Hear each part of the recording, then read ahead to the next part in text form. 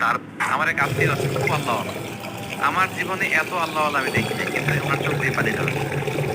বারবার এসে আমারে বলেছে, মিজান কি করবো বলো, তুমি একটু মোনাজাত করো। আমার মনে আছে আমি ওনাকে নিয়ে মোনাজাত করতাম, ওনার কান্না আসে না চোখ দিয়ে। আল্লাহর হাবিব সাল্লাল্লাহু আলাইহি ওয়াসাল্লাম বলেছেন, কারো যদি চোখ দিয়ে পানি না নামে বা হৃদয় নরম না হয়, তারা যেন এতিমের মাথায় হাত বুলিয়ে দেয়।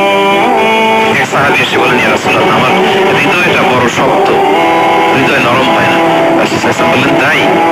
আচ্ছা, আতুহিব্বু আন ইয়ালিনা কলবুক, তুমি কি চাও তোমার হৃদয় নরম হোক, ওয়া তুদরাকা হাজাতুক, এবং তোমার আশা পূরণ হোক? তিনি বললেন, হ্যাঁ। তো রাসূল সাল্লাল্লাহু আলাইহি ওয়াসাল্লাম বললেন, ইরহামিল ইয়াতীম, এতিমের উপর রহম করো। ওয়ামসা আলা রাসি, এতিমের মাথায় হাত বুলিয়ে দাও।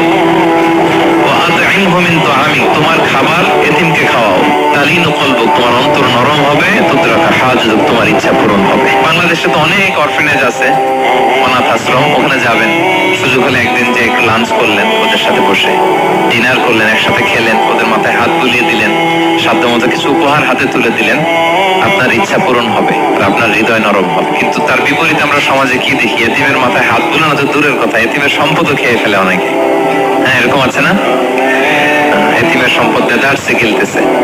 কি যে আমাদের চিন্তাধারা! দেখবেন, যে লোকটা এতিমের সম্পদ গিলে, রোজা অবস্থায় এক ফোঁটা আপনি পানি গিলাতে পারবেন না, কেন?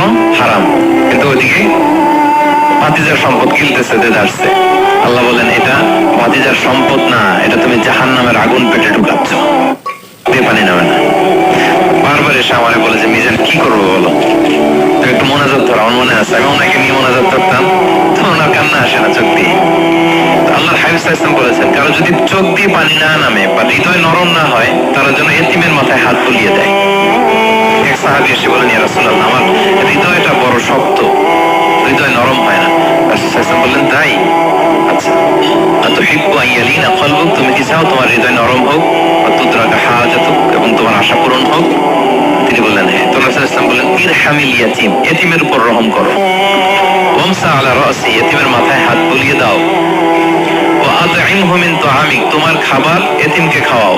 তালিনু কলবুক, তোমার অন্তর নরম হবে। তুদরাকা হাজাতুক, তোমার ইচ্ছা পূরণ হবে। বাংলাদেশে তো অনেক অরফেনেজ আছে, অনাথ আশ্রম, ওখানে যাবেন, সুযোগ হলে একদিন যে একটু লাঞ্চ করলেন ওদের সাথে বসে, ডিনার করলেন, একসাথে খেলেন, ওদের মাথায় হাত বুলিয়ে দিলেন, সাধ্য মতো কিছু উপহার হাতে তুলে দিলেন, আপনার ইচ্ছা পূরণ হবে আর আপনার হৃদয় নরম হবে। কিন্তু তার বিপরীতে আমরা সমাজে কি দেখি, এতিমের মাথায় হাত বুলানো তো দূরের কথা, এতিমের সম্পদও খেয়ে ফেলে অনেকে।